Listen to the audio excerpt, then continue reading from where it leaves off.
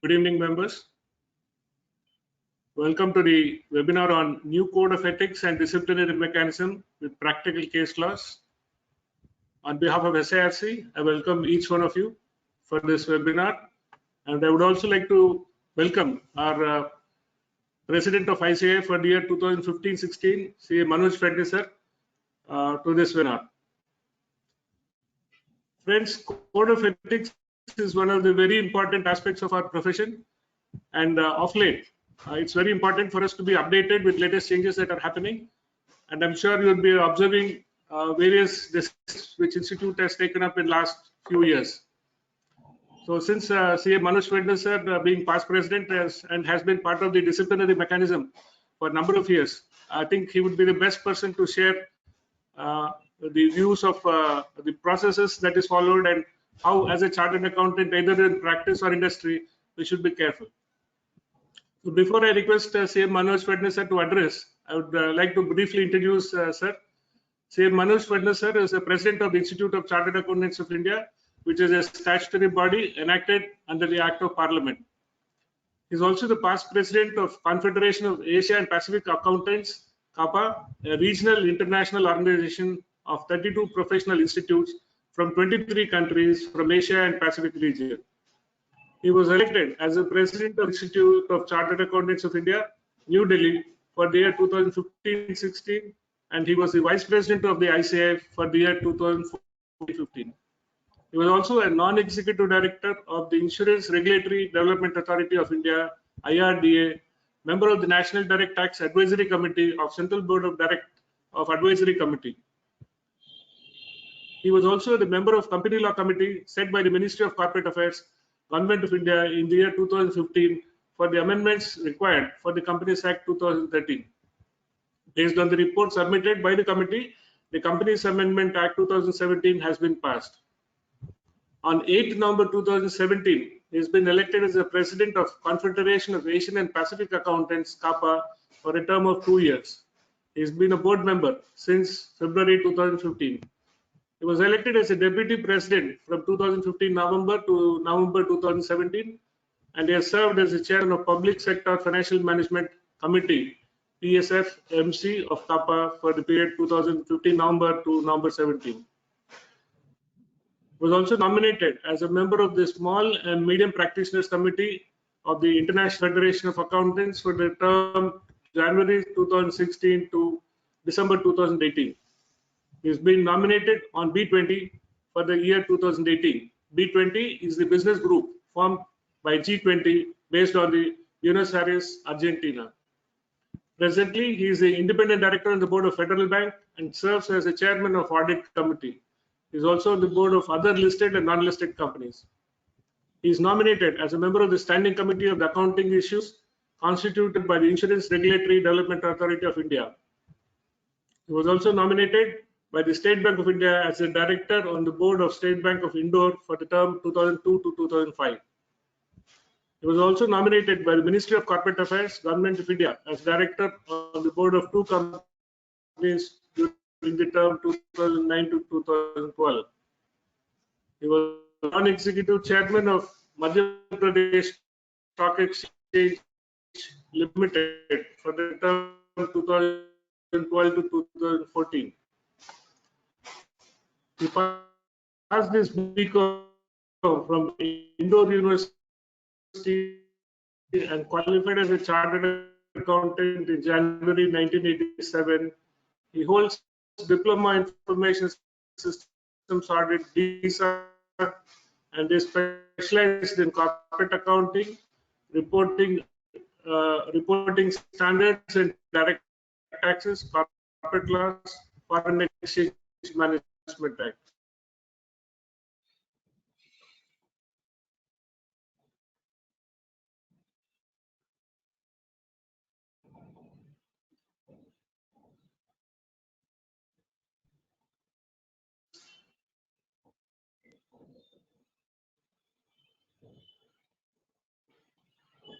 So what use of those presentation?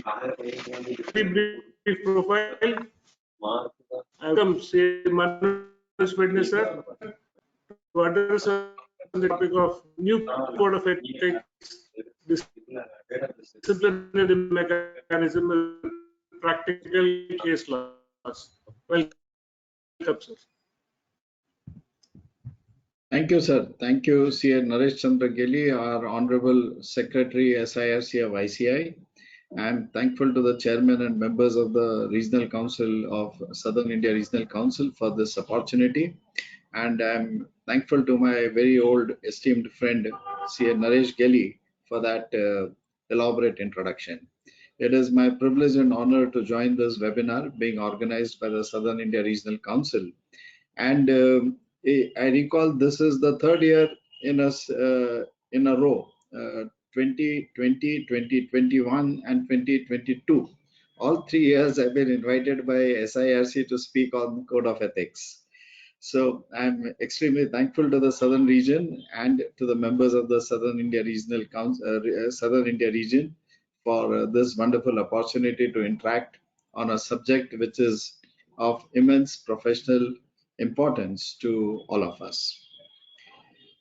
Friends, as our Honorable Secretary has mentioned, the importance of Code of Ethics in terms of our day-to-day lives, day-to-day professional practice, and given the fact that our institute has benchmarked our Code of Ethics with the International Code of Ethics, we have adopted the ISBA, the International Ethical Standards Board Code of Ethics, from 2020 in a phased manner.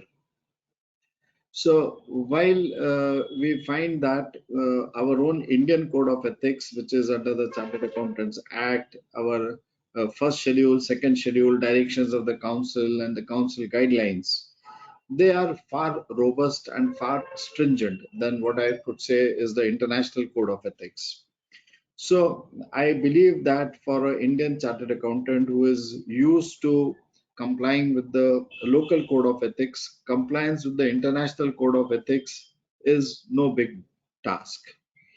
But since it is important that in a global village we are connected globally, and that the international code of ethics is also being practiced in India, it was in a way essential that our code of ethics, that our institute adopts the International Code of Ethics. So the recent Code of Ethics issued by the ISBA, the International Ethical Standards Board, and International Ethical Standards Board is supported by the International Federation of Accountants. So that is how it gets the global coverage. So the International Ethical Standards Board has issued the present Code of Ethics in 2019, and we have adopted that from 2020. So I must compliment our institute, our Central Council, for ensuring that the international code is implemented in India without any delay. So friends, I would take you through this presentation. Naresh Garuji, just help me if my PPT is visible. Yes, sir, visible, sir. This is from office, visible, sir. Yeah. Okay, thank you. And at any point of time, by any chance, net connectivity, etc., my voice is not clearly audible or the slides are not audible, please help me and please let me know. Be there through the session, so I'll let you know, sir. Thank you. Thank you.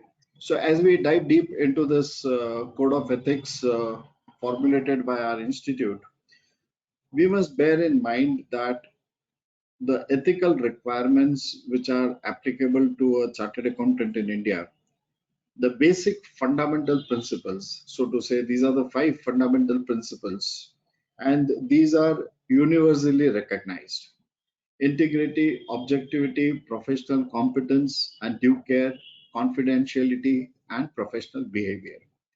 These are, in a way, the attributes which are expected of any professional accountant, any chartered accountant, so to say, should ensure compliance with these 5 fundamental principles on basis of which the entire our code of ethics is structured. So integrity, to do the right things, to enjoy the trust and confidence, not just of the client, but all the stakeholders. The objectivity, The professional competence to carry out the task which is being undertaken by us with due care. So professional competence and due care, confidentiality, a very important aspect in our code of ethics. Even our code of ethics as we practice, it is essential that we do not divulge any information which we have obtained during the course of our professional work. So confidentiality is very important, and it is permitted only if either the client permits us to disclose it or a disclosure is required under any other provisions of law. So if there's a legal notice, if there's a show cause notice, or there is any directions of any court or any statutory body or authority, then yes, the auditor can divulge that information. Otherwise, the general rule is without the consent of the auditee, no information can be shared with persons other than who are entitled to receive that information. And ultimately, the professional behavior. Professional behavior is important, that and professional behavior can be looked at from different angles, but it is important that a chartered accountant, be in practice or in service, adopts all these 5 fundamental principles as part of day-to-day life.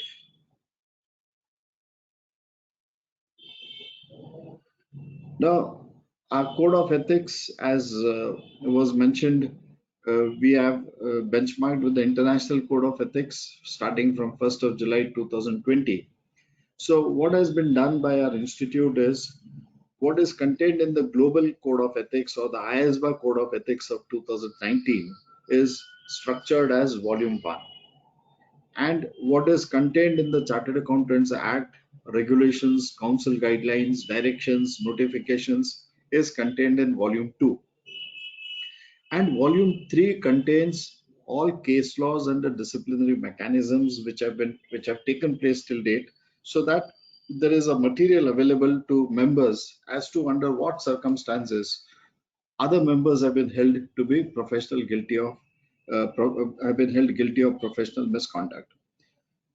When we look at professional cases or relating to disciplinary mechanism, we should bear in mind that there is a basic difference between the case laws as we read under the direct taxes or under the corporate laws, as against how you follow a decision which is rendered in terms of a professional proceedings.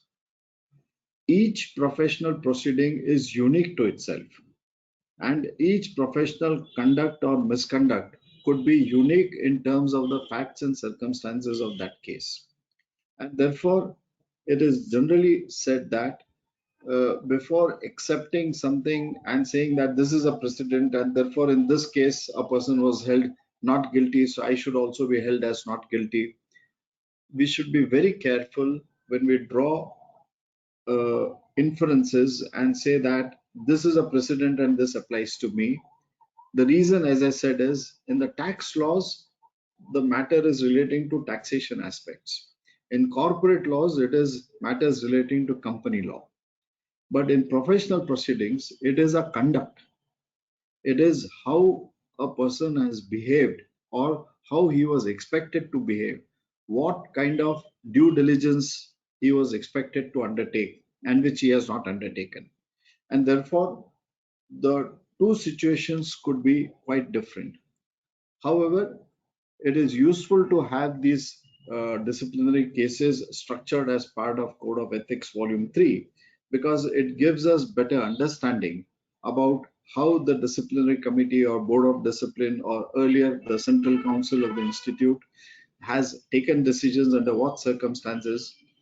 In the previous regime, which was there up to 2006, a decision taken by the Central Council in relation to second schedule would necessarily go to the Honorable High Courts for confirmation of the punishments. Whereas today, the situation is different and the cases do not come to the Central Council, but the cases are heard by the Board of Discipline for first schedule. And if it is a matter relating to second schedule, the matter is heard by the disciplinary committee. And the Board of Discipline or the disciplinary committee, as the cases, pronounces its judgment. Against that judgment, a member can go in appeal to the appellate tribunal. So that is the procedure which is envisaged in the disciplinary mechanism as is there today. So it is only on a question of law that the honorable high courts under their writ jurisdictions have a huge jurisdictions, and they can take up any case before them. But normally the provisions are contained in such a way that an appeal against a decision of Board of Discipline or a disciplinary committee would go to the tribunal, and on a question of law, from tribunal it is required to go to the Honorable Supreme Court. So the mechanism is structured in such a way that there can be faster disposal of disciplinary cases, and where a member is guilty, necessary punishments are meted out to that member. And in case a member is not guilty, he should not be hanging in a disciplinary proceedings unnecessarily, and he should be acquitted at the earliest point of time. So the mechanism of the disciplinary mechanism which we have since 2006 enables the cases to be disposed of in a fast track mode, so to say. Now, as I said, I had the privilege of sharing my views on this subject for last 2 years, and this is the third consecutive year where I feel honored to speak before the SIRC. I thought it would be useful to start with what are the recent decisions taken by the Central Council and some of the important decisions which have been taken by the Ethical Standards Board, which can throw light on what is the requirement as applicable to us. So in context of the decisions taken by the Central Council, the issue which had come up is that there is this concept of indebtedness, and the provision says that if a person is indebted, then he cannot be appointed as an auditor. So the issue was whether it is just a statutory auditor or it extends to concurrent audits, it extends to any kind of other audits other than the statutory auditors. So herein the council has clarified that the intention of what is covered in chapter 10 of the council guidelines, that an auditor should not be indebted, is in relation to the statutory audits. So as we have under the Companies Act that the auditor cannot be indebted to the company as at the time of appointment as a statutory auditor. So those provisions in relation to the non-corporate entities are also incorporated in the sense that even in case of a non-corporate audit, if I am a tax auditor, I cannot be indebted to the auditee, because that indebtedness impairs my independence. And in that context, it has been clarified by the council that the audit considered here is a statutory audit and does not really extend to internal audits. Having said that, friends, my view is that when it comes to code of ethics, one needs to be more conservative in approach. And a conservative approach would always require that you follow the code of ethics, not just in letter, but in letter and spirit. So what is really intended to be ensured by way of indebtedness is that the independence of the auditor is maintained. And as we discussed the 5 fundamental principles, it is essential that independence is maintained at all points of time. So in case if one is being appointed as an internal auditor, and the concept of indebtedness would not hamper his accepting that internal audit.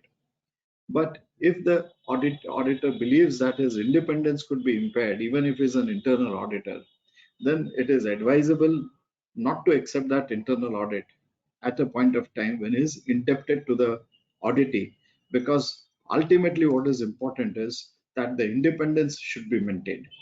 So whether I as an auditor am independent or not depends on my actions, and it is important to bear in mind that it is how the society at large sees whether I am independent or not. So independence should not only be there, but independence should be seen by others to believe that the society should believe that this professional is acting in an independent manner. Then, as we know that chartered accountant in practice cannot accept employment, and if one accepts an employment, it renders his certificate of practice on a part-time basis. The correct terminology is that you are in full-time certificate, holding a full-time practice, and in part-time employment. Generally, we say it is a part-time certificate of practice, but in technical terms, it is a certificate of practice with part-time employment. Now, being a managing director or a full-time director in a company would be an employment, and therefore a practicing chartered accountant cannot be working in a entity as a managing director or a full-time director. But there is an exception which is carved out, and that exception is in terms of companies which are not-for-profit companies, which are companies registered under Section 8 of the company. And this it comes with a conditionality that the appointment is honorary in nature, and it is only for charitable and non-commercial purposes. Now, what is the nature of business or nature of activity of that not-for-profit company, a Section 8 company, is important to be seen. Assuming it is a charitable company, getting has certain corpus and uses that corpus, the interest out of that corpus for giving donations or helping poor and needy persons, it could be one way of rendering charitable activity. Another way could be, it could be an educational institution which is engaged in commercial activities of teaching students, but is registered as a not-for-profit company. So what is important to be seen is that the activities should be non-commercial. A Section 8 company could have commercial activities. So suppose there is a hospital. There is a hospital which is being run by a not-for-profit company. So while the objective of the hospital is not to earn profit, but the activity which it is carrying out could be commercial in nature in terms of having patients, treating them, collecting money from them, spending money. So the activity is important, and it is only where all the activities of a Section 8 company are not commercial, then a person in those exceptional circumstances could be a managing director or full-time director, and could still continue to be in full-time practice as a chartered accountant. So this is one important decision which our council took, and I thought it would be good to start our deliberations with what are the recent decisions of the council and the Ethical Standards Board. So I'll now come to some of the important decisions which are there from the Ethical Standards Board in relation to our code of ethics and day-to-day matters. So it is generally seen that there are certain government portals on which invite applications from chartered accountants, and they are registered, they are empaneled, and later on those profiles are also uploaded on the websites and portals of those government portals. So the issue was, if I am empaneling myself, I have furnished my biodata, and later on if that agency puts that biodata on the website, it should not amount to that I am advertising or I am soliciting, because what I have done is I have merely applied for an empanelment. So in that context, the Ethical Standards Board has clarified that in case of such government e-portals, if the biodata or resume furnished by an audit firm or by an auditor is generally in accordance with what is the code of ethics, and if later on it is put on the website of that government agency, that would not amount to advertisement or solicitation by the audit firm. So this is to empower the profession, empower the members, and direct the members to go in the right way to such agencies, government agencies, which are empaneling the services of auditors, and thereby through those government agencies, if they are putting up the resumes on the portal, then that would be permissible as clarified by the Ethical Standards Board. Then friends, there are cooperative banks. And many of our members are appointed to certain positions in the cooperative banks. So if a practicing member is so appointed, and if that appointment is honorary in nature, then a practicing member can accept that appointment and hold a position in a primary urban cooperative bank or any other such bank or a cooperative society, provided it is honorary in nature and he is not involved in day-to-day business activities or commercial activities of that entity. Then today what has become very common is virtual CFO. So can a practicing member be permitted to act as a virtual CFO? So here the general answer is that no, it is not permitted to be undertaken by a member in practice. So what it means is that if it is in terms of employment, if you are a virtual CFO and you are rendering your services under a contract of employment, then whether you are physically present or you're virtually present does not make a difference, and that contract of employment will prevail, and therefore it is not permitted for a chartered accountant in practice to act as a virtual CFO. Now, what should be understood is that if it is not a contract of employment and it is more of a retainership services which are being provided, and retainership services are on a principal to principal basis. They do not create a contract of employment.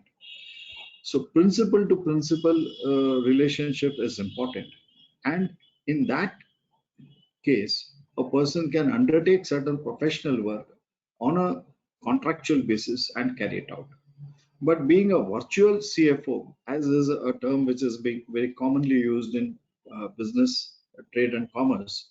So being a virtual CFO is not permitted as per our code of ethics for a practicing member. Then many a times it happens that a person is being appointed as a statutory auditor and of a society or a trust, and one of the immediate relatives, say the spouse or a brother or sister, is a member of a governing body.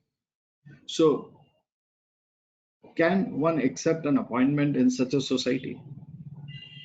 Even if it is appointment as an auditor, and even if the appointment is without any remuneration, where the immediate relatives are office bearers in that auditee organization, a practicing member cannot be an auditor of such an organization. So whether I get remuneration or not is not important.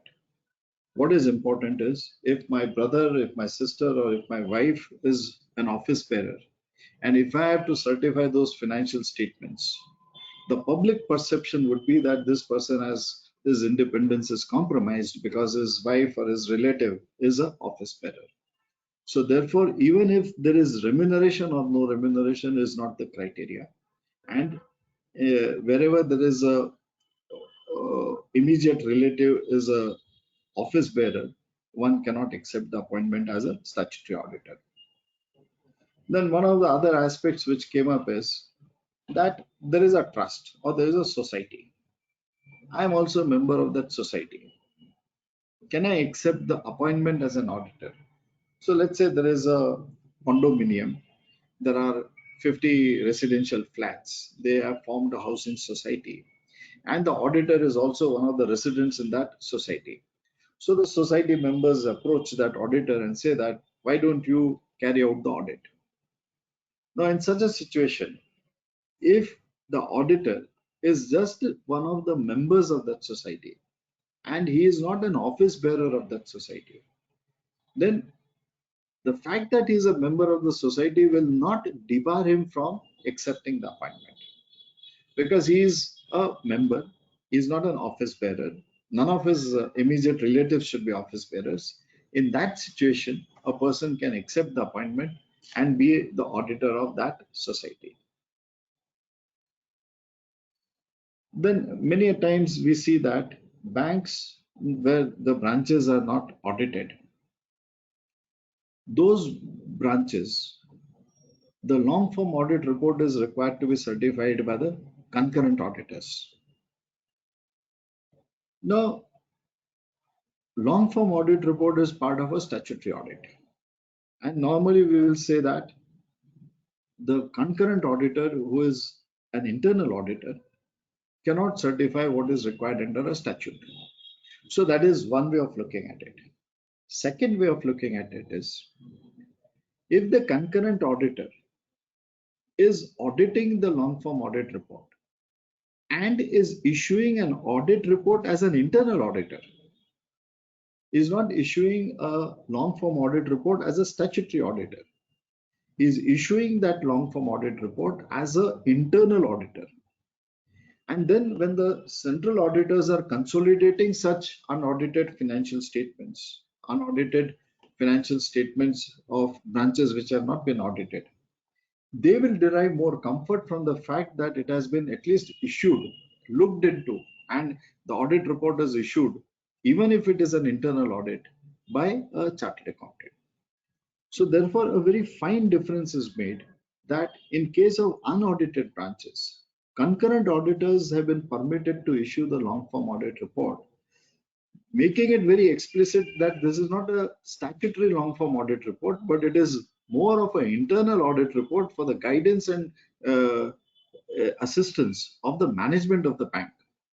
With those riders, the concurrent auditors can issue a long form audit report, and this has been amply clarified by Ethical Standards Board. This is an issue which was clarified even by the Reserve Bank of India, and a position accepted by the institute.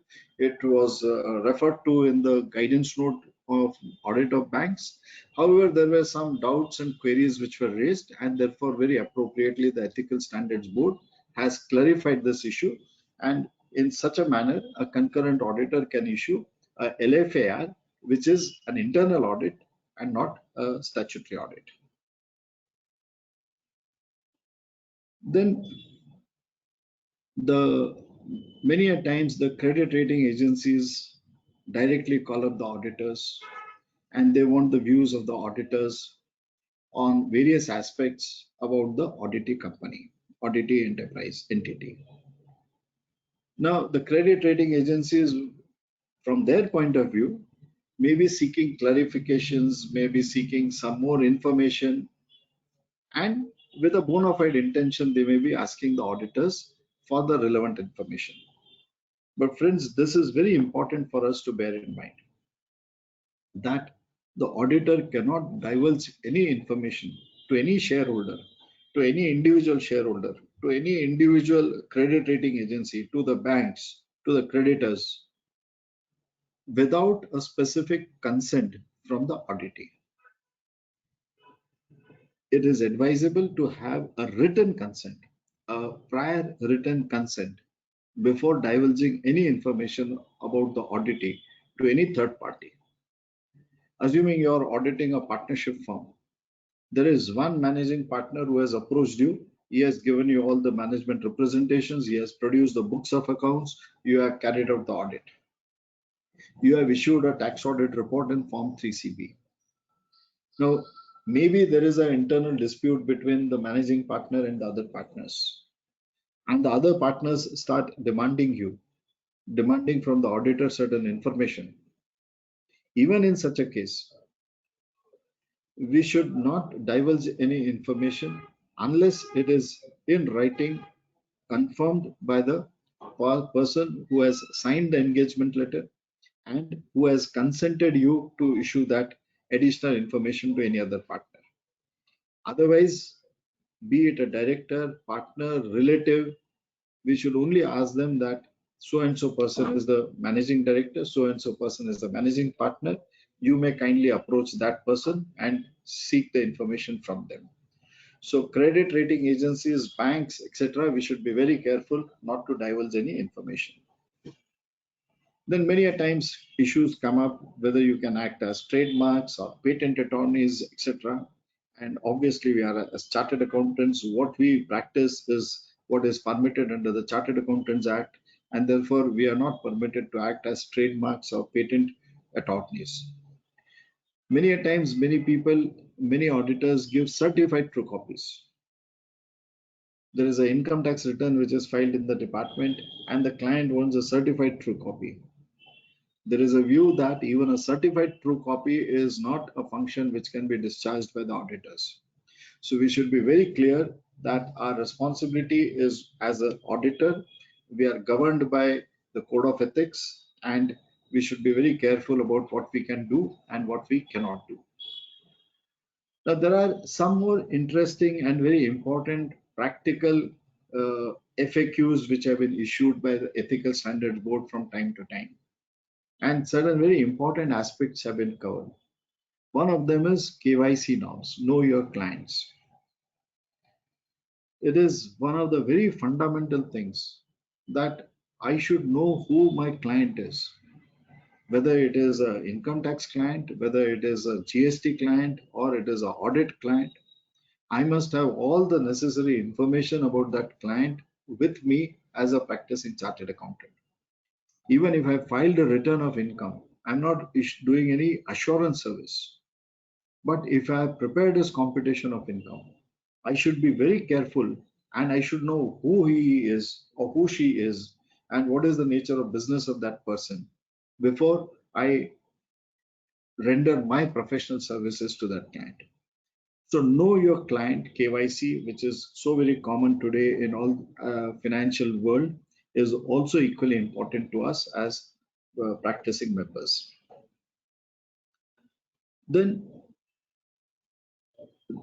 private limited companies and limited companies, as friends you're all aware, we can be director simplicitors. Director simplicitor is a director whose job is to attend the board meetings, give his views, participate in the board meetings, and carry out the functions as is expected of a director, for which the remuneration paid to the director is in the form of sitting fees. Apart from that, if a director is working on is working as a working director, then as we know, a practicing chartered accountant, if he accepts an employment, his certificate of practice will not be treated as a full-time practice. Now, there have been some instances where a chartered accountant was a shareholder in a company. One can be a shareholder, there is no limitations. I'm not a director of a company, I am a shareholder of a company. I have invested in the shares of a company, so that is permitted. Now, I have, let us say, invested in a private limited company as a shareholder. And tomorrow, this private limited company gets converted from a private limited company to a limited liability partnership. So, conversion of a limited company into LLP is legally possible. And there's a mechanism which is well prescribed and laid out in the LLP Act. Now, what happens to this person who is a chartered accountant who is a shareholder? Earlier, he was a shareholder. Now he becomes a partner. Can he continue to be a partner in that LLP? So the answer is no. If the private limited company is being converted into LLP, then friends, this chartered accountant, auditor, practicing member should transfer his shares to any other relative in the family who is not a practicing member of the institute. And then that other person from a shareholder will become a partner when the company is converted from a private limited company to a LLP. Otherwise, it could be a very practical difficulty. I have seen instances where certain land was purchased in the form of a private limited company, and later on that company was converted into LLP for certain valid tax benefits. But a shareholder who is a practicing member cannot be a partner in LLP, and that is where our members face practical difficulties. So we should be very careful. If the company is being converted into LLP, the auditor or the member should transfer his shares before the conversion of the company into a firm. Now, this concept of tenders, as all of us are aware, tenders have become inevitable. Inevitable in the sense that when government is spending money, the government would rightly wish that the services are offered to a person or a company or a firm which is charging the least amount of fees. But in the process of tenders, what had happened is that people started quoting fees which was very, very low. And on that low level of fees, it was quite obvious that that firm or that individual cannot render professional services, cannot take due care, cannot have professional competencies engaged to carry on the professional assignment. Therefore, the institute stepped in and said that if there is a tender which is to a chartered accountant, in which only chartered accountants can participate, and which is for a statutory audit. Mind well, it is restricted for only chartered accountants, and it is in context of a statutory work.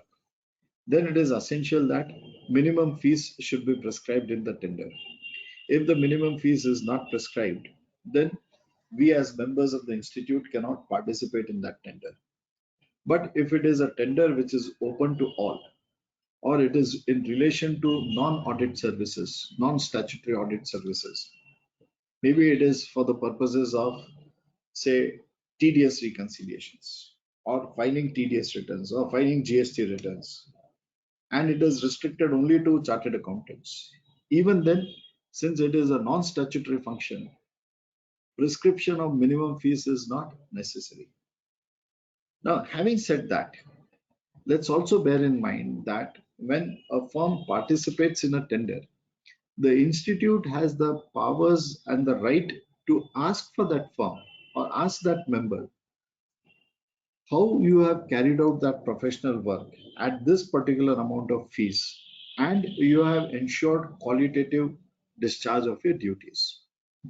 The institute as a regulatory body, as a statutory body enacted under the Act of Parliament, cannot intervene if whether I should charge fees, which is more or less. A member may charge higher fees, a member may charge lower fees.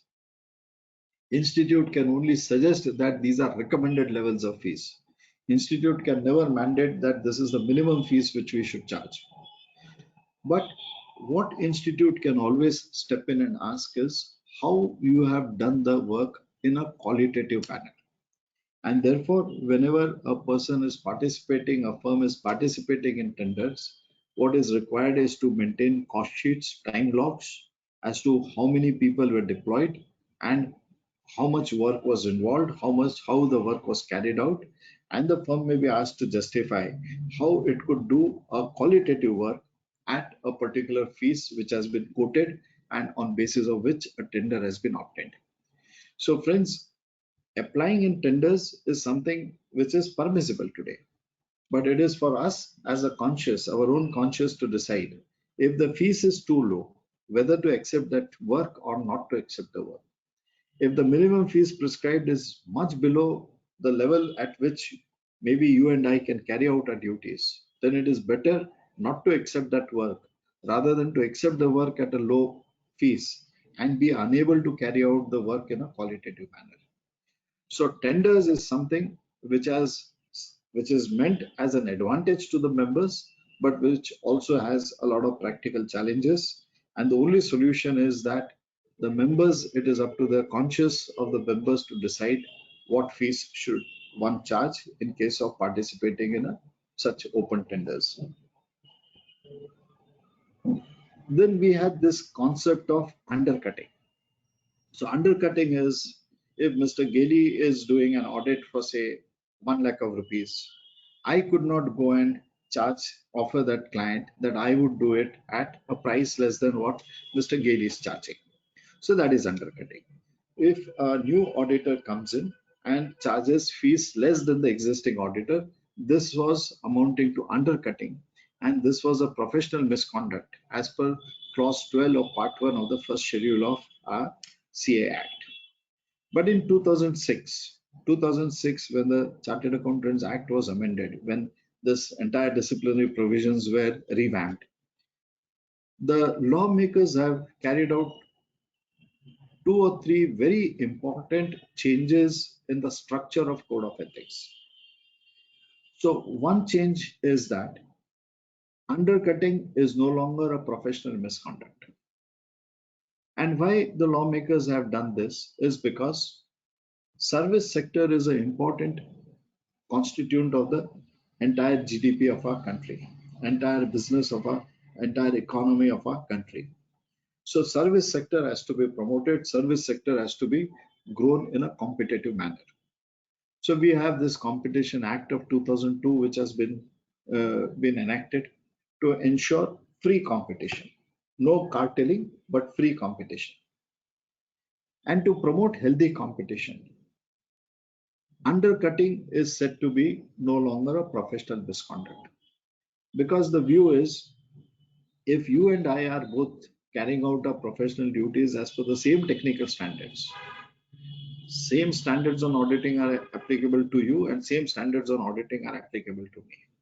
But if my cost of services are high, and if I'm charging, say, a certain amount of fees, and another chartered accountant who is equally competent, who is also complying with the same technical competence, ensuring compliance with the same standards on auditing, same set of guidance notes applicable to him, if he wants to charge lower fees, then why should the auditee suffer?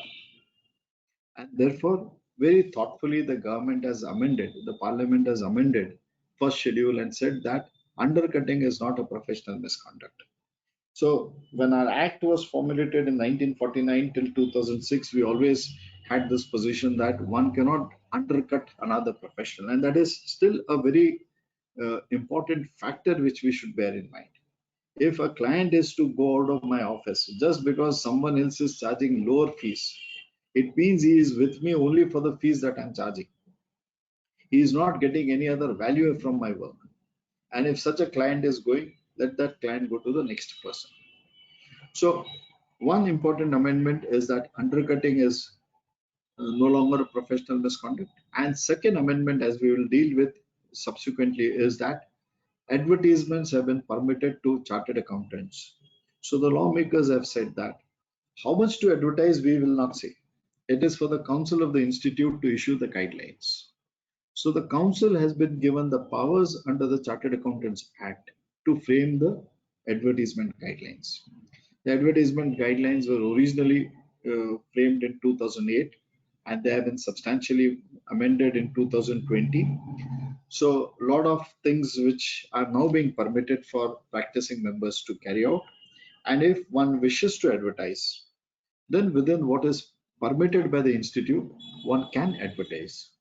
However, let me say that, many of my colleagues or people of my thinking is a professional is known for his professional acumen, not because how he advertises. People will come to a member or an auditor or a chartered accountant when they have faith and confidence in the work that he is doing. So while advertisement is permitted under the code of ethics, I would say that one should be very, very careful and be very, very restricted while applying those norms and carrying out advertisements. But yes, these are very important structural amendments. Undercutting is not a professional misconduct, and limited advertisement is permitted to chartered accountants.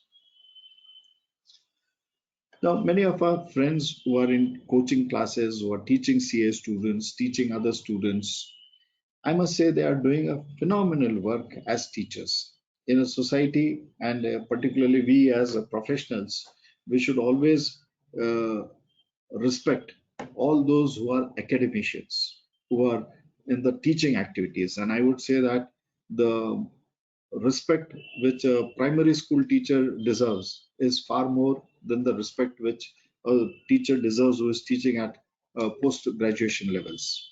Because the primary teacher is who is molding that child in the very, very young age. Now, many of our professional colleagues, it was seen that who are holding certificate of practice and who were also teaching in coaching classes had put up large banners, had carried out their advertisements, not directly, but indirectly through those coaching classes. Now, one of the maxims under the law is what is not permitted to be done directly cannot be done indirectly. So if I cannot advertise directly, does not mean I can say that the coaching class is advertising its faculties and I'm not advertising. So I have to be very careful, and merely because a member taking up a stand that the advertisement was not issued by him but by the coaching class would not be a very strong defense. And putting up large banners, posters of professionals who are teaching. So while respecting what they are doing, advertisements in such indirect ways are not permitted to a practicing chartered accountant. So advertisements I've already mentioned as per the council guidelines one can undertake. So these were some of the FAQs which I came across, and I thought they were relevant to help us in understanding the subject from a day-to-day life point of view and from the practical aspects. As our friend C.A. Gailey mentioned that I should discuss the disciplinary mechanism. So the disciplinary mechanism is housed under the Chartered Accountants Act 1949, and Chapter 5 covers provisions relating to misconduct. It's a very small act. Chartered Accountants Act is a very small act, hardly some 32 sections in all. Section 21 deals with the constitution of disciplinary directorate. 21A deals with Board of Discipline, which handles first schedule. 21B deals with disciplinary committee, which handles matters covered under the second schedule. And if there is an issue which is covered under both the schedules, first and second schedule, then that matter would also be before the disciplinary committee. Section 21C deals with the authorities which are there with the Board of Discipline, Direct Disciplinary Committee, and Director Discipline. And in fact, all these disciplinary bodies are interested and have the same powers as under Section 108 of Code of Civil Procedures. So they can issue summons, they can enforce the attendance of a person, they can record a statement on oath, which are the powers under Section 108 of the Code of Civil Procedures. And 22A deals with the appellate authorities, which I mentioned that any appeal against a decision of the Board of Discipline or the disciplinary committee would go to the appellate authority. So the disciplinary directorate is looking into professional misconduct.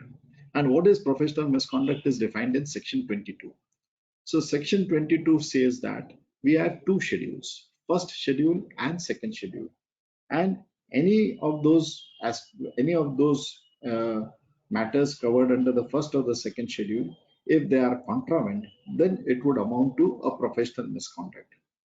In addition to that, there is this concept of other misconduct. So other misconduct is something very general in nature. What is covered in first schedule and second schedule is a misconduct. In addition to that, if there is anything which is done by a member, which in the opinion of the council of the institute brings disrepute to the profession, then that would also constitute other misconduct. So first schedule, second schedule, specified aspects. Other misconduct is more on principles, and it cannot be limited to few examples, but anything which brings disrepute to the profession would be considered as a matter of other misconduct, and under Section 22 of the CA Act will be a professional misconduct. Now, what are these two schedules? First schedule has 4 parts, and I'll not just go into clause by clause on these schedules, but first schedule is more which is between members and members and members in the institute. So it is between the same family, and therefore these are those matters which are not affecting the society at large, but is more concerned with the internal relationship between the members in the institute and members inter se. Second schedule covers those aspects which are important from the point of view of society at large. So if an auditor has failed to obtain sufficient appropriate audit evidence, he has issued an audit opinion, where there are material misstatements or has failed to detect material misstatements. So these are matters which affect the society at large. Audit and auditee, it's very important to bear in mind that the relationship of audit is between the auditor and auditee. But the work done by the auditor, for which the auditee is remunerating him, the work done by the auditor is relied upon by the society at large. So all those stakeholders who have no privity to contract between the auditor and auditee have a right to rely on the work done by the auditor. So in context of say a company, every shareholder, every creditor, every person who uses those audited financial statements is entitled to keep reliance on that audited financial statements. And in case that audited financial statements have material misstatements, or if the member has failed to carry out his duties as per the standards on auditing, the stakeholders at large could not only initiate disciplinary proceedings against the auditor, but under the Companies Act, as you are well aware, can even file suits against the auditors and can seek compensations from the auditors, provided the auditor has been guilty of professional misconduct. So second schedule deals with matters between the auditors and society at large.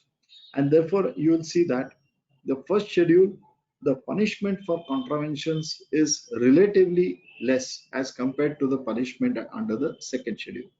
First schedule is a reprimand or suspension of membership up to 3 months or fine up to 1 lakh of rupees.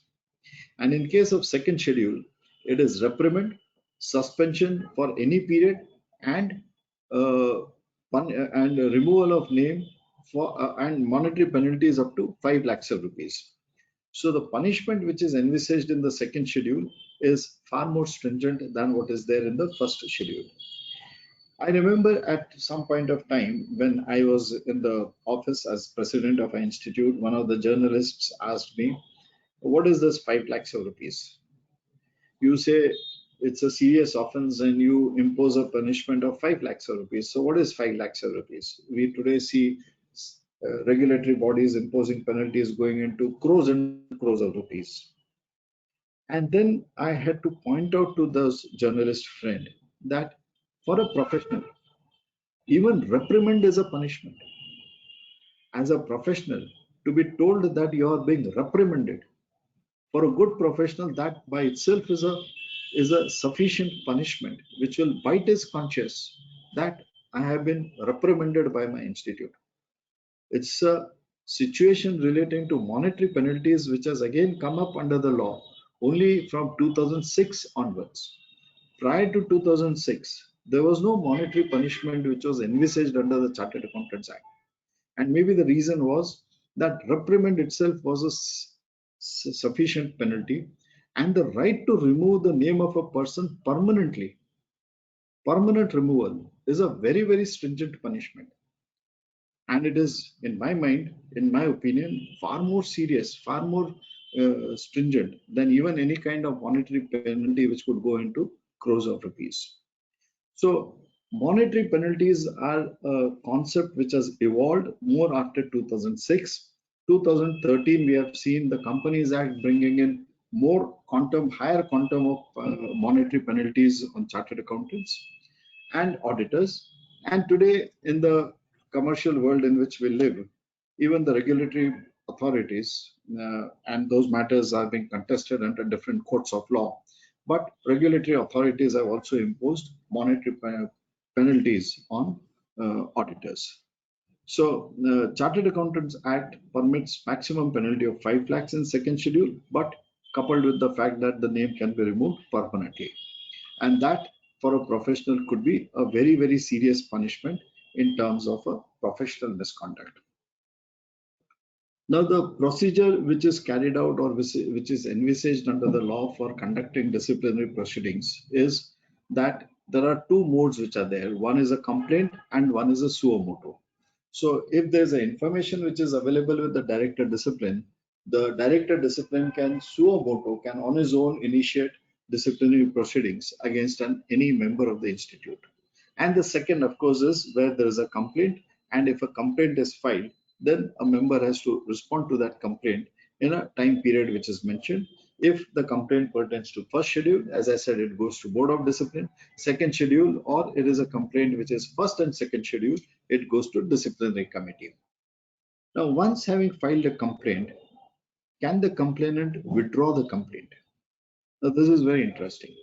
If somebody has alleged that there has been a professional misconduct and has brought up prima facie evidence to justify that there is a professional misconduct which has been committed by a member, merely because the complainant wants to withdraw the complaint does not mean the proceedings will come to a halt before the institute.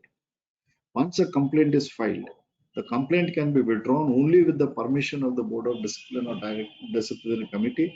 Otherwise, once a complaint is made, it cannot be withdrawn. Then, what is the period for which one should keep the audit evidence? Is it permanent or is it for a time period? Now, companies would be retaining documents up to 8 years. Reassessment under the Income Tax Act, which was earlier 6 plus 1 years, is now 3 years, 3 plus 1 plus 3 years. But for chartered accountants, the minimum period is 7 years. And the rules do not say that after 7 years, the complaint will not be proceeded with. So if there is a complaint which pertains to, say, we are in 2022 and which pertains to, say, 2014, one cannot just take up a stand that this is time barred. No, the auditor will have to, the member will have to bring evidence on record and demonstrate that because a period of more than 7 years has elapsed, I do not have adequate information, evidences available with me to protect my case, to defend my case. But suppose there was some press news about certain wrongdoings in a company, and the auditor was aware that investigations are going on. Even if the proceedings have been initiated after 7 years, then the auditor cannot take a stand that 7 years have gone by, because it was in the knowledge of the auditor that there is an investigation going on in context of a auditee company where he has been an auditor. So he was expected to maintain those audit evidence with him. He cannot simply say that I was not aware, or 7 years have gone by, I have no information available with me. So this rule of 7 years is in a way subjective. If the auditor can demonstrate that says more than 7 years have gone by, I have not, I don't have, I was not aware that there was some investigation which is going on, say, for pertaining to 2009, 2010. How can you today ask me for information which is so old? In that case, it is possible that the case can be dropped. But it is not a clear line of 7 years and more than 7 years the cases will be stopped is not the legal position, and we should be very careful in terms of maintaining our audit documents. If there are any investigations, or if you suspect that there could be some investigations which could be carried out, it is useful to maintain all the audit evidence with you in a proper manner. So friends, this was the broad structure of a disciplinary mechanism. Now let me move to the first and second volume. As I said, the first volume deals with the International Code of Ethics.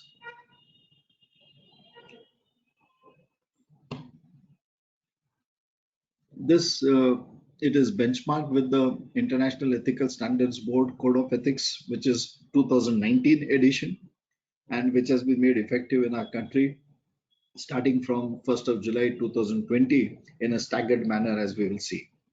So these are the 5 important areas which are there in this code of ethics. Part 1 deals with the fundamental principles. Part 2 is dealing with professional accountants in service. Part 3 is professional accountants in public practice. Normally we say private practice, but it is a practice which is being done in public. So it is technically a public practice. And then there are 2 independent standards, 4A and 4B. So that is how this code is structured. And in the global scenario, there are chartered accountants, there are certified public accountants, there are other designations which are used globally. So all accountants are recognized as professional accountants, and that is the terminology which is used in this code of ethics. So I'll not go into each of these matters parts in detail, but I'll take up the important aspects in this code of ethics. And there are 5 important changes which have been carried out in this code of ethics. Out of 5, 2 have been made effective from 1st of July 2020. And 3 are proposed to be made effective from are not proposed. They have been notified to be made effective from 1st of April 2022. That is after 7 days from today, 8 days from today. These 3 changes would be made effective. However, let me also add that there is a possibility of further deferment, which if it so happens, we'll come to know in a matter of few days. But as things stand today, 2 are implemented and 3 are expected to be implemented from 1st of April 2022.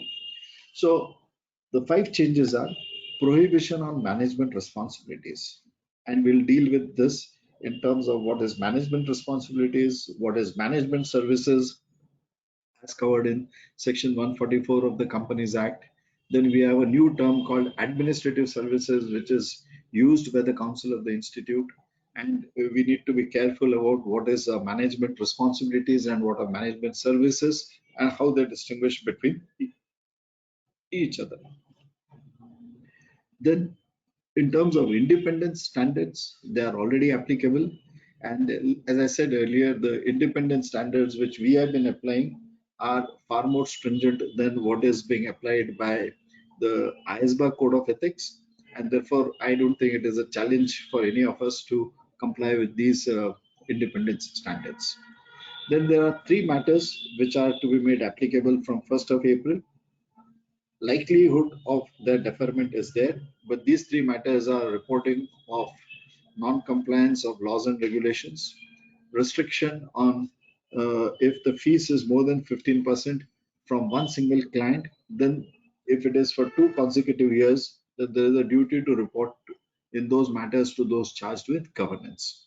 And there are certain restrictions on taxation services to audit clients. So very important aspects.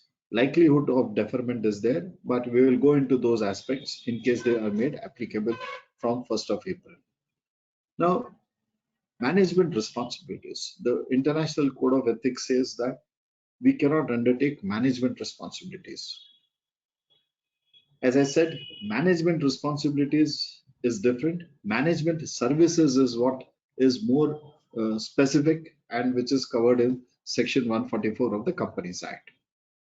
Now, what are the services which we as chartered accountants can render? Our services are covered in Section 2 of the CA Act.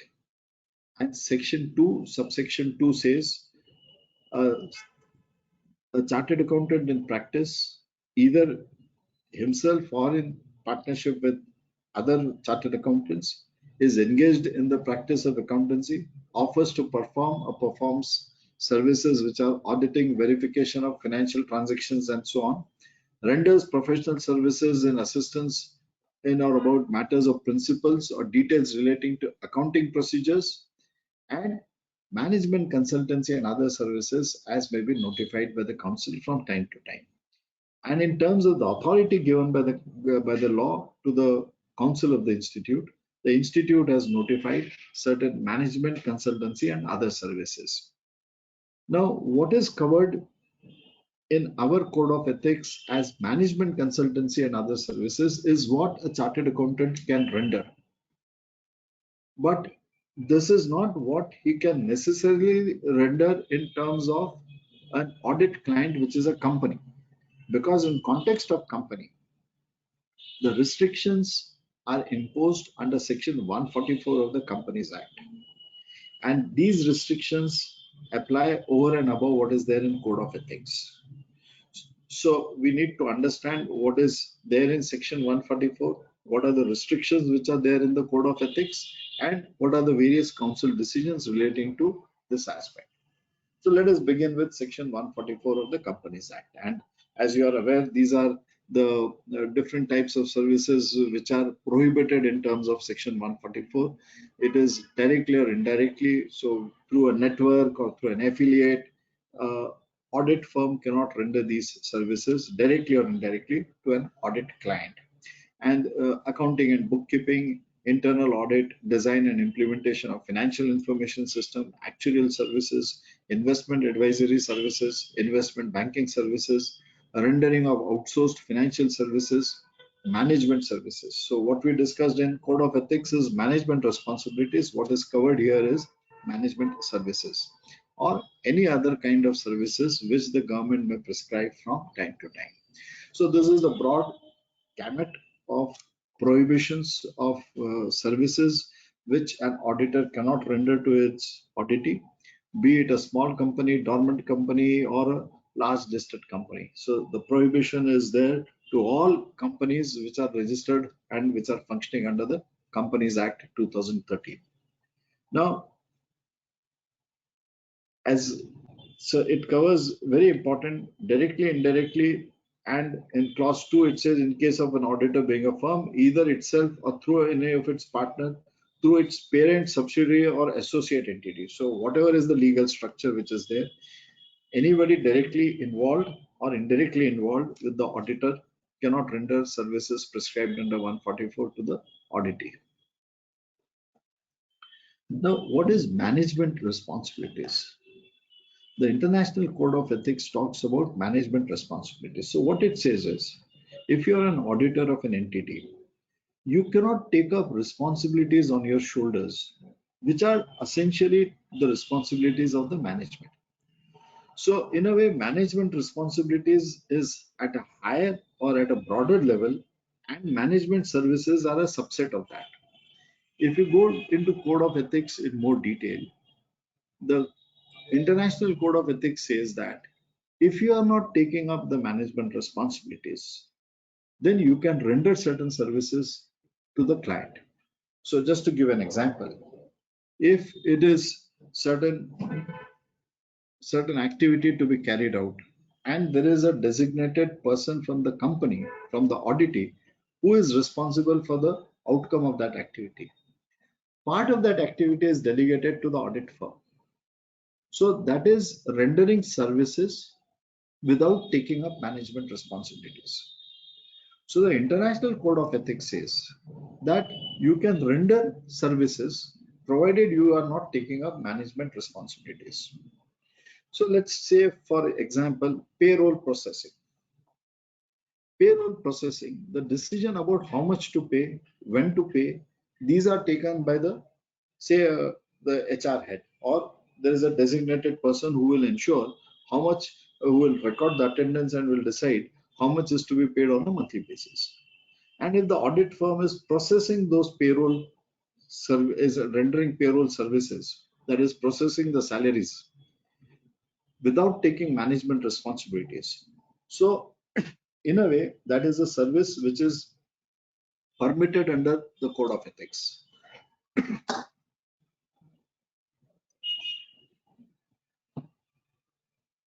So a service without undertaking responsibilities, management responsibilities, can be rendered under the International Code of Ethics.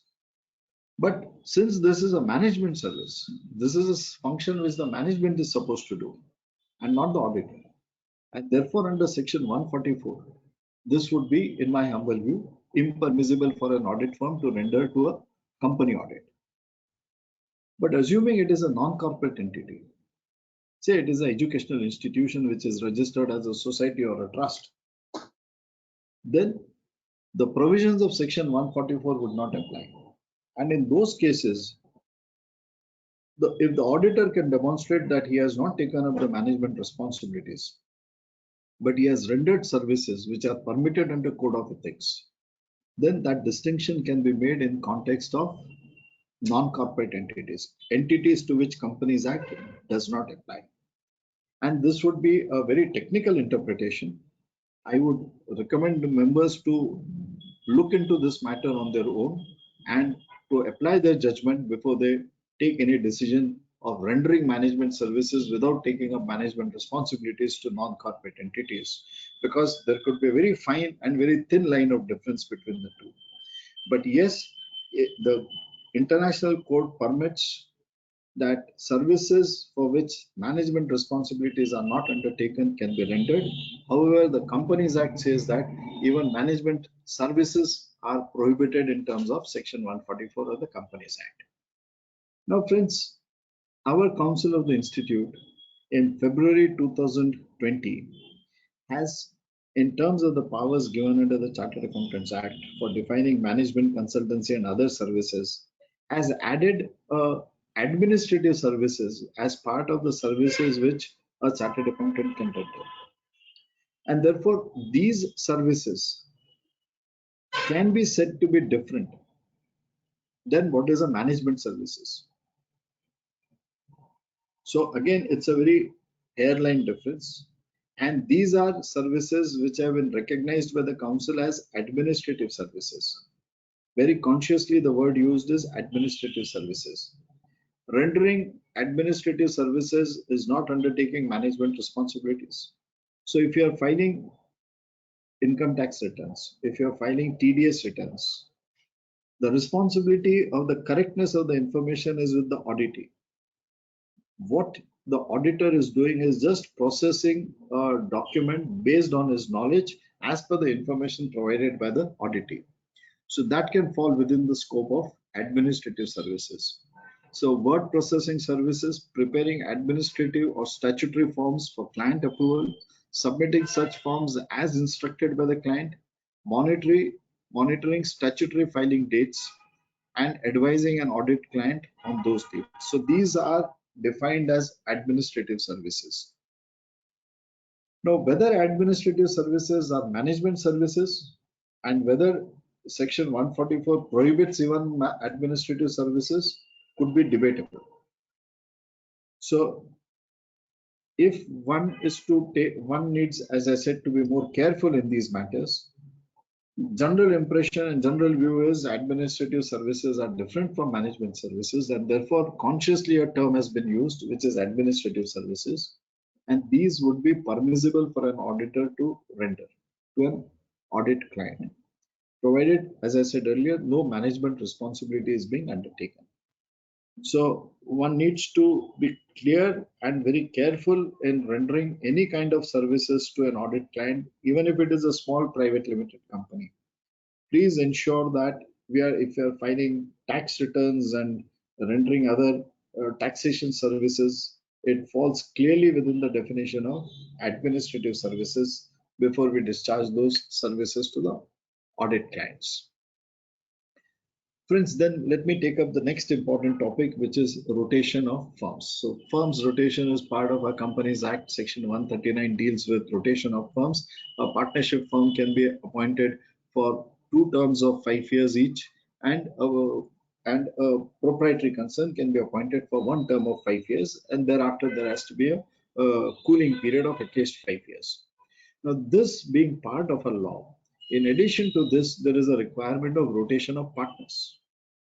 And that is where rotation of partners is more stringent in India in the Institute's Code of Ethics as compared to what is there in the International Code of Ethics.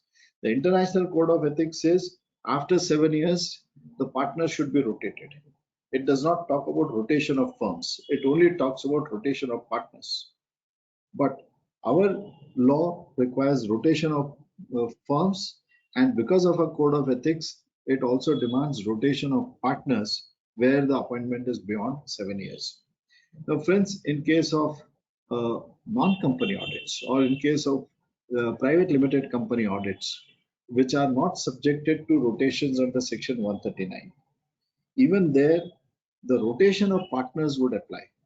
And the provisions relating to cooling periods which are given, what can be done in the cooling period, what cannot be done, are equally applicable in case of rotation of partners as applicable to small private limited companies. So one needs to be careful in ensuring that rotation of partners is in addition to the requirement of rotation of firms as contained under the Companies Act. So these are the coolings which are there. If there is an engagement partner, the cooling period is after 5 years. Engagement quality control review partner, the cooling is for 3 years, and key audit partners is a cooling for 2 years. Now, key audit partners is a new concept, which is, or a new terminology which has been brought in the code of ethics. But otherwise, the engagement partner and other partners, the engagement quality control review partners, are the same as we understand in terms of our standards on SQC, in terms of our auditing and assurance standards. Then, friends, tax services. Now, this is one service which is proposed to be prohibited in certain manner from 1st of April 2022. And what is the tax services which could be covered is broadly into different categories. The kind of tax services which are rendered.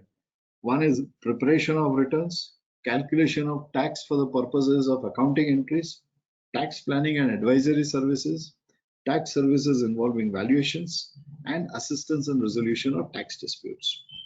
So, preparation of tax returns and resolution of tax disputes would, to my view, be still permitted to an auditor and may not really create a conflict of interest, because we have this concept of tax audits.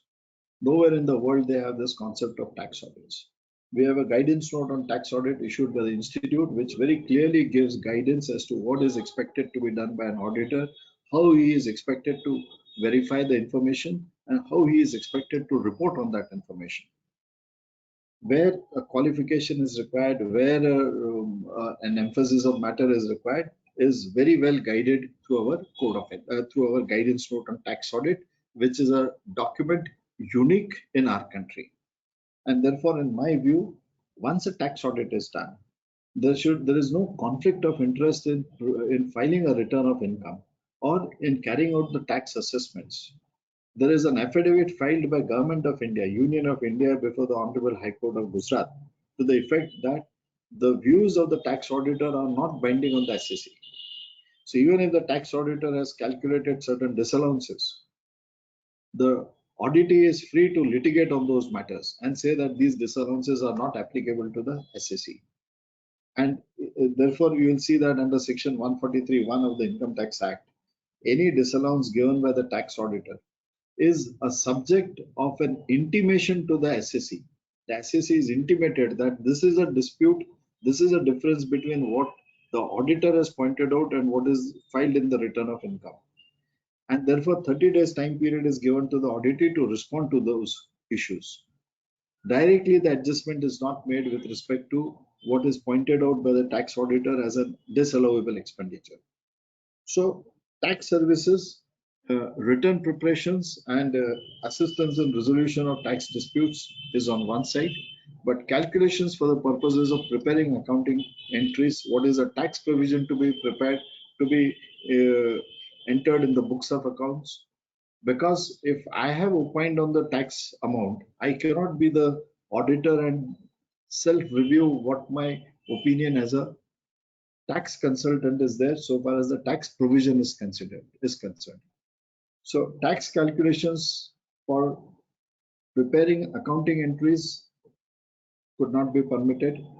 Advising on tax advisory services, that could be not permitted. And tax services involving valuations. So if you're an auditor, you cannot also be a valuer of that company. And therefore, the second, third, and fourth, to my mind, are where conflict is there, and conflict could be there. And whether they are permitted or not permitted, one should be very careful, even in period before they are made mandatory, to see that the independence is not being compromised of the members. Then, friends, no CLAR is non-compliance with laws and regulations. If the auditor comes across a non-compliance with laws and regulations, then our SA 240 says what the auditor should do. And in a remote situation, the auditor is encouraged to withdraw from the assignment. Now, Code of Ethics actually starts where the standards on auditing stop. And code of ethics requires that if as an auditor you have come across a non-compliance with laws and regulations, and if those non-compliance are so very material and important to that entity, then the auditor cannot just shut his eyes, cannot just withdraw from the assignment. There is an additional responsibility which is cast on the auditor. And that additional responsibility is to bring that to the notice of the concerned regulators. However, the code of ethics does not envisage that immediately you shoot off a letter to the regulators. There is a escalation matrix which is provided in the code of ethics. You first bring it to the concerned persons. If they are not listening to you, you escalate it to the higher level, bring it to the notice of those charged with governance, say the audit committee. And as we have section 143.12 that in case of a fraud, the auditor is required to report to the central government. So there is a rules and there's a guidance note prescribed issued by the institute. So the procedure is that you bring it to the notice of the audit committee, and if the audit committee does not respond to the auditor within a period of 45 days, then within a period of 60 days, the auditor is required to intimate to the central government Ministry of Corporate Affairs, secretary to the Ministry of Corporate Affairs. Similarly is the provisions under NOCLAR. So you bring it to the notice of the audit committee, and if the audit committee is also not responding to it, then as a last measure, the auditor is expected to bring this to the notice of the concerned regulators. Now, this provision as it stands today is being made applicable for the period starting from 1st of April 2022. So we should be very careful, mindful of the fact that from April onwards, where we are auditors for listed entities, we are having this obligation under the Code of Ethics to bring it to the notice of the concerned regulators. And if you have not done so far, it is important that we should discuss with the audit committee, document that we have this responsibility to discharge, and come to an understanding about what are the material laws which are applicable to the entity, how those material laws compliances are being ensured, and that there is nothing which will create anything which is so serious that the non-compliance of thereof is required to be reported to the regulators. But NOCLAR is very important, and if unless it is deferred, we need to be very careful starting for the period 1st of April. As I said, there is a guidance note which is issued by the institute in terms of section 143.12. That guidance note could be very helpful in terms of our responsibilities under NOCLAR also. Unless the council of the institute comes out with another guidance note for ensuring compliance with NOCLAR, in the meantime, my suggestion is we should refer to that guidance note under 143.12 and structure our audit programs and audit duties in accordance therewith, and see that this aspect has been kept in mind in context of the audits. The key audit partner is a new concept. It is not necessarily an engagement partner. He could be a partner who is an important position in the firm, and though he is not the signing partner, but a senior partner in the firm whose presence is there, and therefore he is designated as a key audit partner. So the ethical requirements in relation to rotation of partners apply to the engagement partner, to the quality review partner, as well as to the key audit partner. So that needs to be borne in mind. Now, friends, since we are talking about independence issues, I came across certain FAQs issued by the Institute, by the Ethical Standards Board relating to independence, and I thought it would be important to discuss them in context with the independence requirements as envisaged under Part 4A and 4B of Volume 1 of Code of Ethics.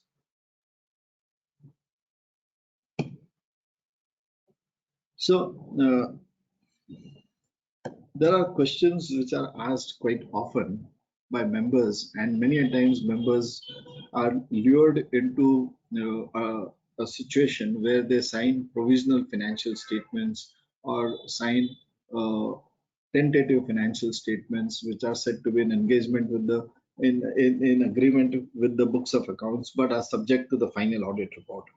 So let us be very clear that an auditor cannot certify provisional financial statements. certification and provisional are incidentally contradictory to each other. If it is provisional, it cannot be certified. If it is being certified, it cannot be provisional. So there's an inherent inconsistency in the word. So we should be clear that the limited review reports which are issued, these are also unaudited financial results.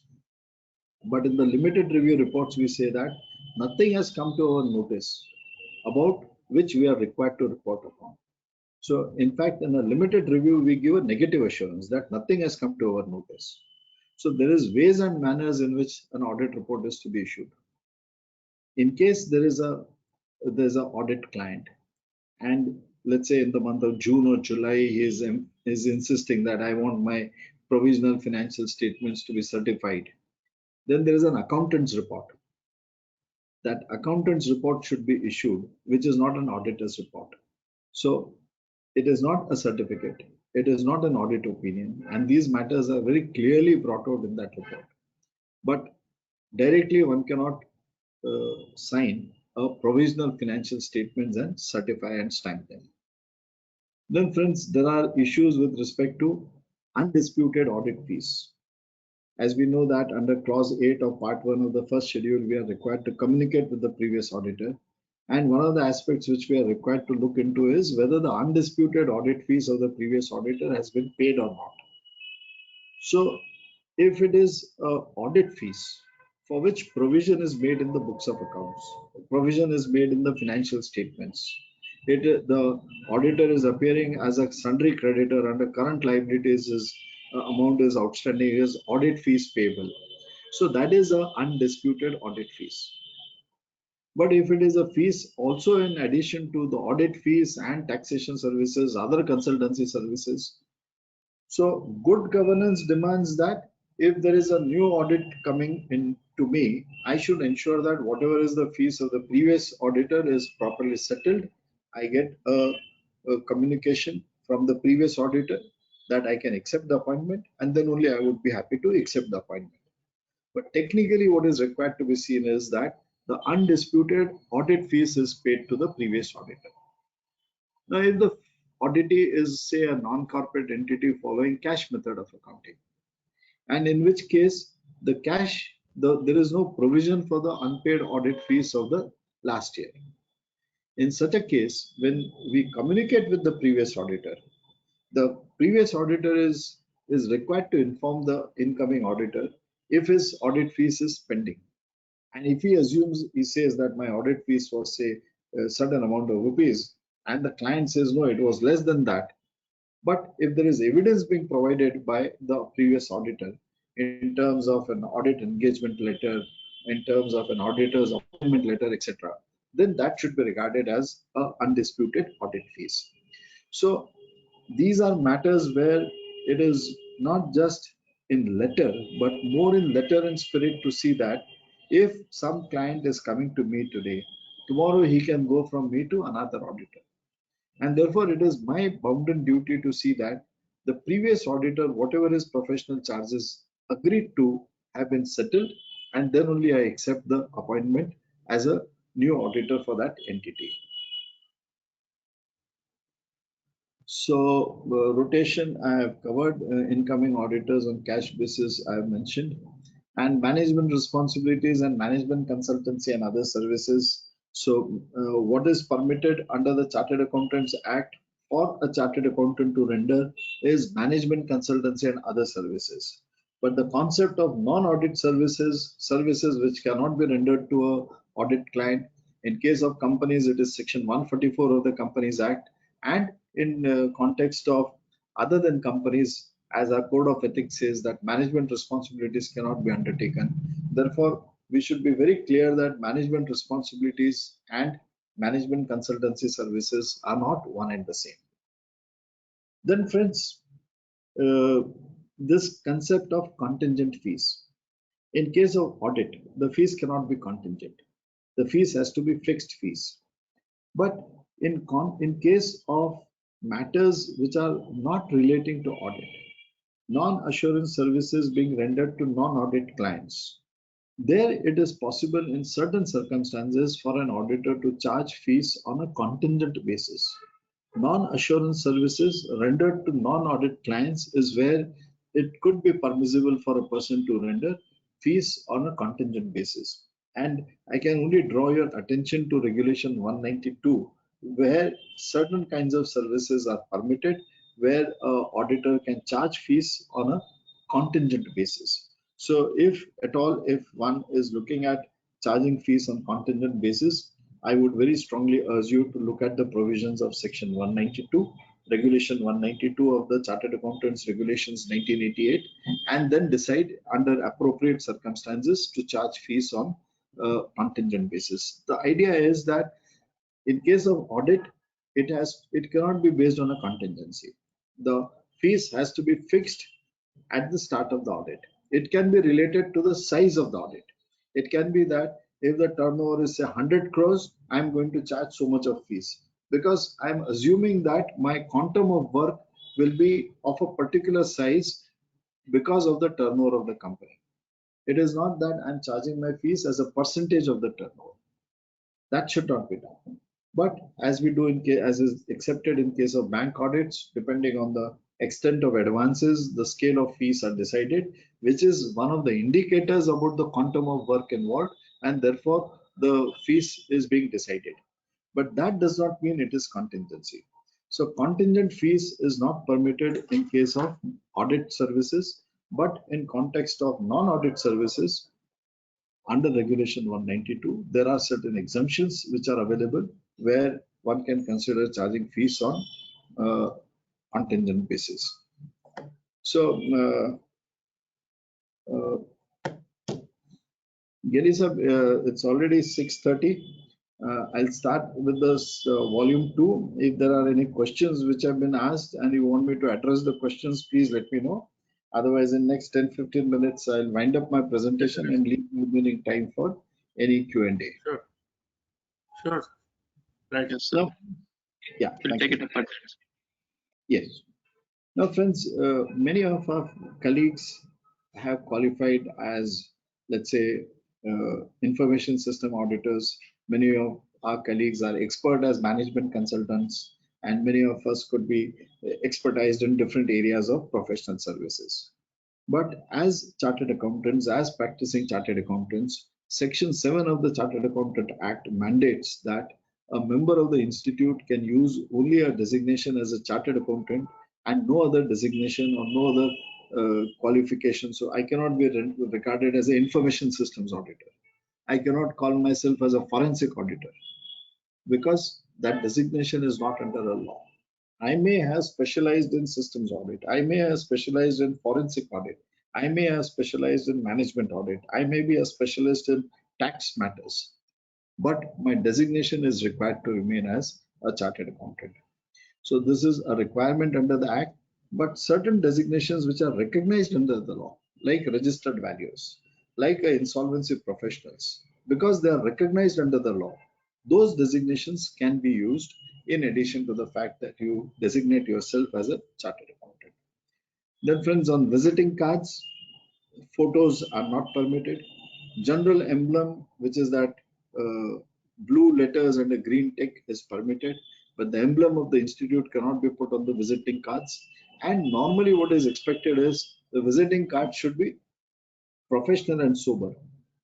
It cannot contain all my professional attainments. That is contrary to the requirements of the law. So what can go on visiting cards, what can go on my signboards is generally prescribed, and we should adhere to those requirements and not be, let's say, adventurous in bringing out a new or a specific design to attract clients or attract people to that visiting cards. Now, photographs is not permitted today. I believe that photographs could be permitted, but as long as the institute does not permit it, we cannot put our photographs on the visiting cards. So the size of the signboard has to be a decent size. No specific size can be prescribed. It cannot be said that it should be 1 feet by 2 feet, but certainly it can't be 10 feet long. It has to be appropriate to the place where it is being put up, and normally it should not be more than 1.5 to 2 feet is what I would recommend. But it should not be a glow signboard, illuminated signboards. These are not permitted.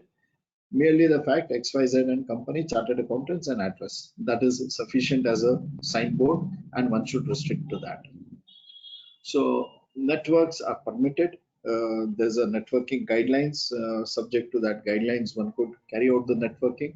Then there are certain very important FAQs which have been recently issued by the Institute, by the Ethical Standards Board on advertisement, and particularly advertisements under social media. I had the privilege of being one of the members in that study group of the Ethical Standards Board, along with few other colleagues and some of our very distinguished past presidents, where certain questions were answered in relation to what is today a very popular mode of social media. So I'll just draw your attention to some of the key questions which are there. Advertisement, there is a guideline, and the advertisements, those who wish to issue advertisements or advertise their services should do it strictly as per that guidelines. Now questions came up is whether names of associated consultants can be mentioned on the website of the firm. So normally what is expected is partners and paid employees, their names can be given. Now if I say Mr. Gailey is my consultant, he is my very good friend, and can I put a consultant's name on the website? So that in context of today's guidelines, it is not permitted. Names of only the partners and the paid employees is what can come on the website as details. Then members biodata profile available with organizations, and as I mentioned earlier, that if there is a say GM government portal where the website, the biodata are obtained and they are put up on the websites of those government agencies, then as long as you have given, as long as the auditor or the member has given a profile which does not amount to solicitation, which is not advertisements, and a brief and a correct write-up about the services being rendered, if that is carried out, then it would be permitted, and that profile can be put up on the portal of the other government agency. Now, suppose a firm is carrying out a practice as a XYZ and company, and one of the partners also has a Facebook or a separate Instagram page on his personal social media. Can a link be given from the firm's website to the personal page of the partner and vice versa? So that is permitted. But what is important to be seen is that neither of the two should amount to solicitation, and neither of the two websites should amount to any kind of advertisements. And therefore, one has to be very careful if one is having a Facebook page or a social media page of a professional firm and also of an individual person, which is so common these days. So before giving any kind of links to each other, it should be ensured that even on the personal social media page, there are no attainments which are being mentioned. There is nothing which is in the form of advertisements, and all care should be taken to see that the relevant principles and relevant provisions of Code of Ethics are being complied with. Now, mass mailing, roving inquiries, these are not permitted. A member in practice, if he comes to know that certain agencies are maintaining are empaneling, say, the audit firms, it is permissible to write to them and get oneself empaneled with them for services. But writing letters generally to all industries, all banks, all government agencies is regarded as roving inquiries. And roving inquiries are not permitted to a member in practice because that amounts to solicitation, which is not permitted under Clause 6 of Part 1 of the first schedule. Similarly, through websites, One cannot send mass emails. And the website is clearly said to be, it cannot be on a push basis. It has to be only on a specific pull request basis. So these care need to be taken in context of the individual's websites. Now, one question which came up was, could one person give the office infrastructure pictures on the website? So normally one would say that if it is your own office and you're giving your office infrastructure photos, where is the problem? But suppose my office, I have say a small table space in a huge multi-storied complex, and I put the photo of that entire multi-storied complex on my website. That would be misleading. It might give an impression to some people that this is where this office belongs to me. Whereas what I may have is only a table space in that large multi-storied complex. So the view which is expressed is that there should not be unnecessary photos of infrastructures, consultants and others, because they are misleading. And what you are giving should be truthfully yours. And therefore, any kind of display of office infrastructure on websites is not encouraged. So there are chat room records and other new AI facilities which some of our members are giving. They can keep a record of that if they so wish to. They need to ensure the client confidentiality. They are not disclosing any information which is there of a client without the client's permissions. And generally to ensure that doing this does not amount to solicitation or advertisement. With specific respect to keeping that embargo in mind, one can carry out or display anything on the website. Now, some firms may like to say that we have raised so many funds, such a large quantum of funds have been raised by us. Now, those of our professional colleagues who are in practice and involved in, say, fund syndication of, say, loans or private equity, they may be in competition with business entities. A business entity will advertise that it has organized, say, 10,000 crores for so and so company, but a professional cannot do it. So there are disadvantages, but the importance of the difference between the professional and business has to be always kept in mind. So if you have decided to be an audit firm and you are also in other businesses, then the fact that you are in audit firm may bring disadvantages to your other activities. If you want to pursue the other activities, you need not be registered as an audit firm. You can be as a limited company and do a business and not be holding even certificate of practice. But where a person is holding certificate of practice as a right to be carry out the test function, then other restrictions have to be complied with, and certain benefits, certain facilities which may be there with a business entity will not be available to a practicing chartered accountant. So that one has to bear in mind very clearly. So reviews given by clients may look like solicitations and advertisements, testimonials and reviews, and therefore they are not permitted on the websites. And marketing agencies, hiring of marketing agencies for increasing the website visits, etc., which many firms may be doing today, is strictly not with what is permitted to our professional colleagues.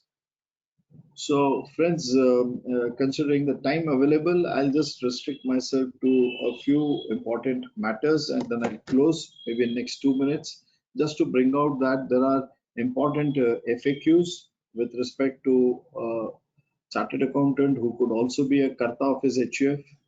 So if you are a Karta of your HUF and you want to do, and the HUF is doing business, then the member cannot say that it is not I who is doing the business, it is the HUF who is doing the business. That may be a distinction under the income tax law, which recognizes HUF as a separate distinct person. But for the purpose of professional conduct, there is no distinction between me as an individual and me as Karta of my HUF. And therefore, if I am doing a business as a Karta of HUF, I cannot be in practice. Or I need to take specific permission from the institute to carry on my duties as Karta of HUF if that HUF has devolved on me. So there is a specific procedure which is there, and there are very important FAQs on this area which have been issued by the institute, which may be looked into. These are something which could be helpful because many of our colleagues are having their HUFs, and rightly so they could be the Karta of those HUF, but make sure that the HUF is not in business if a practicing member is the Karta. So I'll close here at this point of time. There are a few more aspects which I would refrain from taking up because of it's already 6:50. Thank you very much, friends, for your for giving this opportunity to me. I'm extremely indebted to the chairman and all the chairman, secretary, and all the members of the Regional Council of Southern India region, and to all my fellow friends who have been watching this webinar. Thank you so much, Mr. Gailey. And thanks to all in the SIRC for coordinating this event. Thank you. Jai Hind, Jai ICAI. Thank you very much, sir, for excellent presentation on the topic. So, sir, there are a few questions. If you don't mind, can we take up those questions, sir? Yes, please. So I'm just displaying it on my Selva, screen. can you list out those questions? Yeah, I'm just displaying it. So is my screen visible, sir? Yeah, I hope my screen visible. is up. Yeah, I stopped. It stopped. Yeah. Okay, good. Yes, please. Can you help me with the questions? Being a So I'm displaying it on my screen, sir. Is my screen visible? Yeah, I can see being a CA in whole-time practice, holding COP, can I become a silent partner in a firm? If yes, so if that business has devolved to me, then I need to apply to the institute and take specific permission. Otherwise, one cannot be a partner in a partnership firm. And as I mentioned, even if a case that somebody is a shareholder in a company, which is permitted, but if that company is converted into a LLP, then a person cannot continue as a partner in that business firm. So being a partner in a business firm is general rule is not permitted. If by chance in a family one is some interest has devolved on a person and one has to carry out that responsibility, then one has to apply specifically to the institute for permissions. So futures and options were earlier not permitted. Recently, it has been permitted by the institute. If one is carrying out of his own funds, it is not a business activity. You are not borrowing money and carrying out derivative transactions. But as a part of your investment strategy, if one is involved in futures and options, so that has now been permitted to a practicing member. Can an outsider participate in the disciplinary proceedings as a member of the committee? So the disciplinary committee consists, as the law stands today, the president of the institute is the chairman of the disciplinary committee. 2 members are nominated by the council and 2 non-members are nominated by the government. The government can nominate members also. One of our very distinguished past president, who is an icon by himself, Mr. Amarjit Chopra, is also a government nominee on a disciplinary committee. So those 2 persons are nominated, 2 members are nominated by Government of India, and they are generally non-members. In exceptional cases, a member can also be a government nominee on disciplinary committee. So yes, an outsider can participate in disciplinary proceedings as a member of the committee, which is permitted. Visiting cards embedded with QR code, wherein the curriculum of the person is available. So there is no direct guidance on this. I can only say that if the QR code is giving the information which is otherwise permitted on a printed visiting card, it could be permitted, but it would be advisable to write to the institute and take a specific permission on this matters. Any other question? I think these are the 4 questions, sir. Okay, last I see, can an auditor of a private limited company sell agricultural produce grown by him to the company? So don't go in a legal answer. The ethical answer is avoid any kind of commercial transactions with the company where you are the auditor. That is a straight and simple answer to this case. Don't go for a legalistic answer that agricultural produce is permitted and I sell to different companies. One of them happens to be my audit client. So don't get involved in too many such complex situations. The best course is to avoid any commercial transactions with a company or a firm where you are the auditor.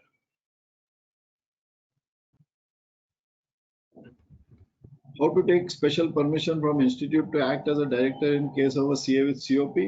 You apply to the institute SSP portal. We don't see any forms. I think you can ask our friend CA Gailey to help you with the procedural formalities if you're facing problems, and I'm sure our SIRC will help you in that regard. Yes, sir. Those were the questions, sir. Okay. Sir, over to you. Yeah. Yeah. Thank you very much.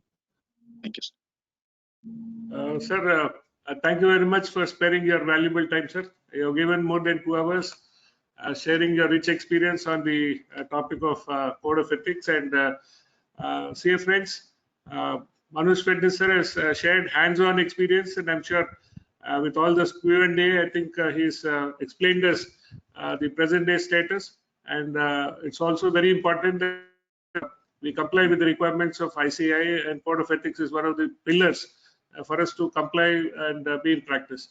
Sir, a small request, is it possible that you can share the PPT, sir? Yeah, I'll send it to the SIRC and upload it. Yes. So that we can circulate it among the members, and this will be like a benchmark for them to see any question coming at any point of time. They can also see and probably comply with those requirements.